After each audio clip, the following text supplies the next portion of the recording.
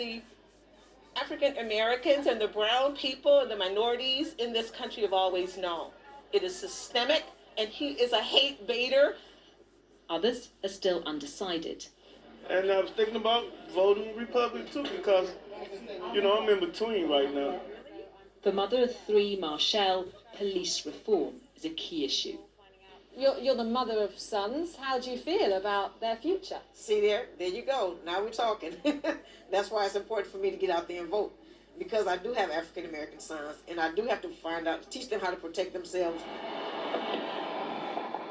This bridge symbolises the segregation that still scars this city, once separating black and white neighbourhoods. In the 60s, people marched along here fighting discrimination. Decades on, and Black Lives Matter protests have been held here. The battle against systemic racism, now a central theme in this election.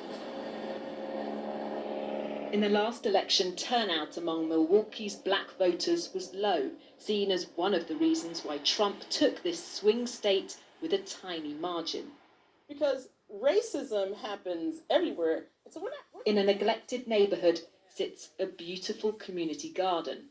I talked to a family about life under the 45th president, a man often accused of fanning the flames of hate. Most of the people in my world, all of the black people in my world, I'm 145 out of office. But we're also not deceived and buying into that if Biden is elected, that this country is going to magically change for us. Do you have much trust in the system? Trust? Not really.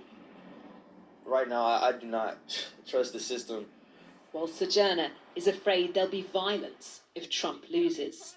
I'm fearful for what's going to happen if in November and thereafter, because people really believe what he's saying, and he has a following that is putting a lot of us, especially black people, brown people, immigrants, all of us in jeopardy.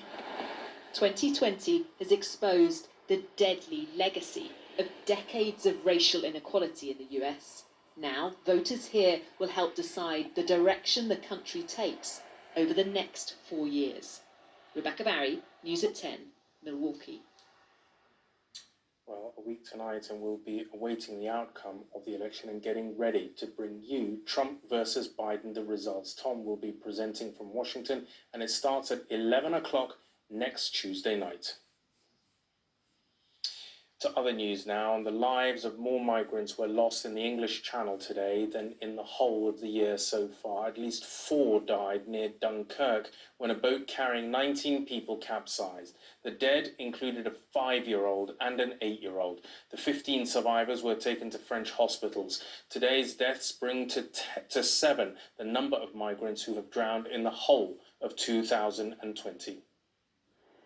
Today, the terrible risks taken by migrants desperate for a new life in the UK were laid bare once more, when emergency services arrived to the worst tragedy to befall a group attempting the treacherous Channel crossing. 2 children, just 5 and 8, and 2 adults, a man and a woman, died when their boat capsized in choppy waters, all 4 believed to be from the same family. Everyone feared that this is the news that would come out, and today it has. And I really hope